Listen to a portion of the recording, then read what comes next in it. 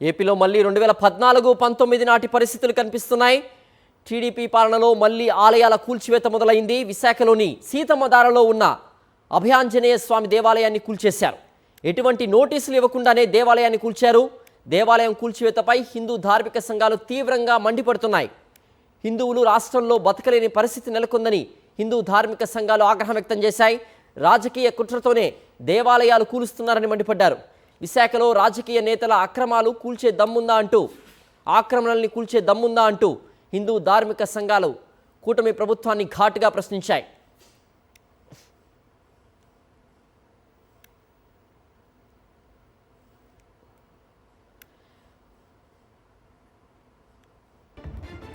మరింత సమాచారం మా ప్రతినిధి నాయుడు అందిస్తారు. నాయుడు, సీతమ్మధారలో ఆలయాన్ని కూల్చివేసిన ఘటన మనం చూస్తూ ఉన్నాం. ఎటువంటి నోటీస్ లేకుండా కూల్చడానికి గల కారణాలేంటి?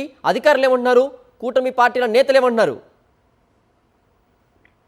కూటమి ప్రభుత్వం అధికారంలోకి వచ్చిన తర్వాత మళ్లీ దేవాలయాల కూల్చివేత అనేది ప్రారంభమైంది. 2014-19 సంవత్సరాల్లో టీడీపీ ప్రభుత్వం అధికారంలో ఉన్నప్పుడు పుష్కరాల పేరుతోని విజయవాడ నడుబొడ్డున ఉన్న సుమారు 30 దేవాలయాల్ని కూల్చివేశారు.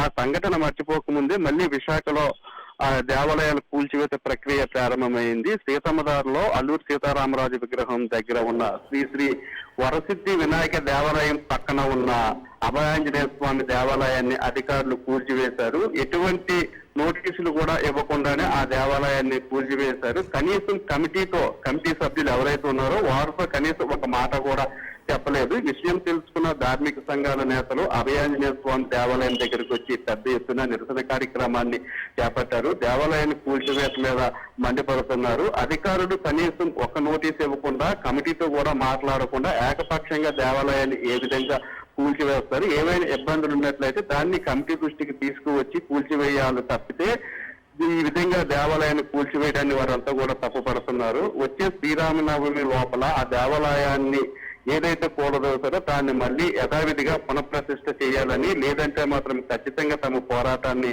ప్రభుత్వం మీద మరింత ఉధృతం చేస్తామని హెచ్చరిస్తున్నారు. ఈ దేవాలయం కూల్చివేత వెనక రాజకీయ కుట్ర ఉందని, రాజకీయ కుట్రతోనే హనుమాన్ దేవాలయాన్ని కూల్చివేశారని చెప్తున్నారు. నిజంగా అది ఆక్రమణలో ఉన్నట్లయితే విశాఖ నగరంలో రాజకీయ నాయకులకు సంబంధించిన భవనాలు కానీ లేదంటే భూములు కూడా చాలా ఉన్నాయి. వాటన్నింటినీ కూడా వెనక్కి తీసుకుని ఏదైతే ఆక్రమణలో ఉన్న భవనాలన్నింటినీ కూడా కూల్చివేసే దమ్ము అధికారులకు ఉందా, కూటమి నాయకులు ఉందా అంటూ కూడా ప్రశ్నిస్తున్నారు. ఇదే తరహాలోనే కొనసాగితే మాత్రము రానున్న రోజుల్లో పరిణామాలు తీవ్రంగా కూడా ఉంటాయని హెచ్చరిస్తున్నారు. కూటమి ప్రభుత్వం అధికారంలోకి వచ్చిన తర్వాత హిందువులు బతకలేని పరిస్థితి నెలకొందని, హిందువులందరినీ కూడా చిన్న చూపు చూస్తున్నారని, మతాల వారీగా హిందువులను కించపరిచే విధంగా అనేక చర్యలు జరుగుతున్నాయని, అయినప్పటికీ కూడా రాజకీయ పార్టీ నేతలు నిమ్మకు నీరెత్తినట్లు వ్యవహరిస్తున్నారు. ముఖ్యంగా హనుమాన్ దేవాలయం ఎంతో చరిత్ర కలిగినదని, పక్కనే ఉన్న వరసిద్ధి వినాయకుని దేవాలయంతో పాటు ఈ దేవాలయాన్ని కూడా ఏర్పాటు చేశామని, ఎందుకు